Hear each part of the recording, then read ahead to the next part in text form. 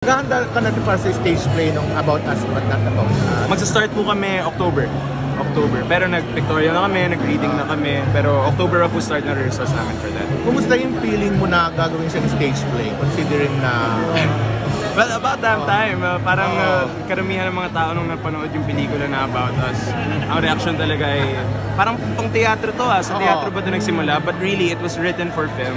It was one of Direk Junlana's most personal works. And sa pelikula talaga yung medium, pero ngayon na may theater branch na yung idea first and naisipan nilang gawing play, sabi nga namin ni Kuya Romnick, syempre kasama kami dyan, dapat kasama kami dyan. At may iba parang dynamics with the presence of Epi, Yes, Epi Quizon na nung doon ko na lang sa reading din nalaman na okay, so siya si Marcos. Kasi when I read it, okay, so may third character na this time around. It's a beautiful script.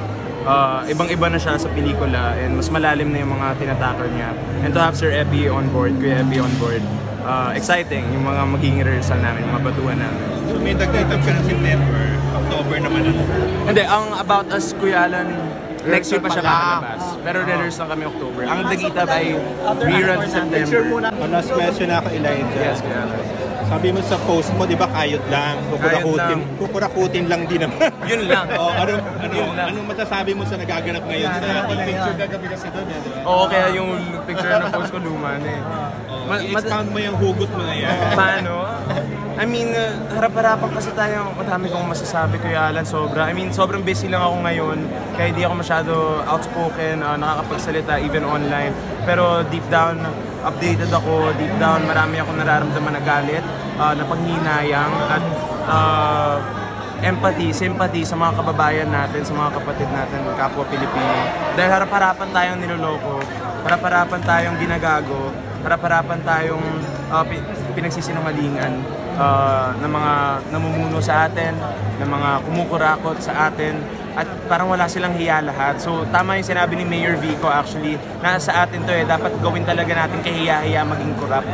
Na dapat hindi siya kinaiinggitan yung mga mayayaman, di ba? Yung mga dapat pandirian talaga natin sila. Tapos pag nagsimula sa atin yun, baka lumaganap, kumalat yun, and mas manaig yung kabutihan. Ano yung masasabi mo kasi may ibang pwersa na nagsasabi, especially ano sila na nagtakda ng date ng September 16 ba yan? Parang people power about kung saan ba tao laban sa mga go to the streets. May ganyan? May ganon. Well, I do believe in going to the streets. I believe in the power of the people. Pero wala pa po ako masyadong update dyan, so parang hirap pa magsalita about it. But I do believe that, and kung umabot na talaga sa ganun yung galit ng taong bayan, wala tayong magagawa. Ang bansa na to ay sa atin lahat, pantay-pantay tayo. Naku, baka hindi matuloy ang Cinemalaya. Ang dami ko na sinabi.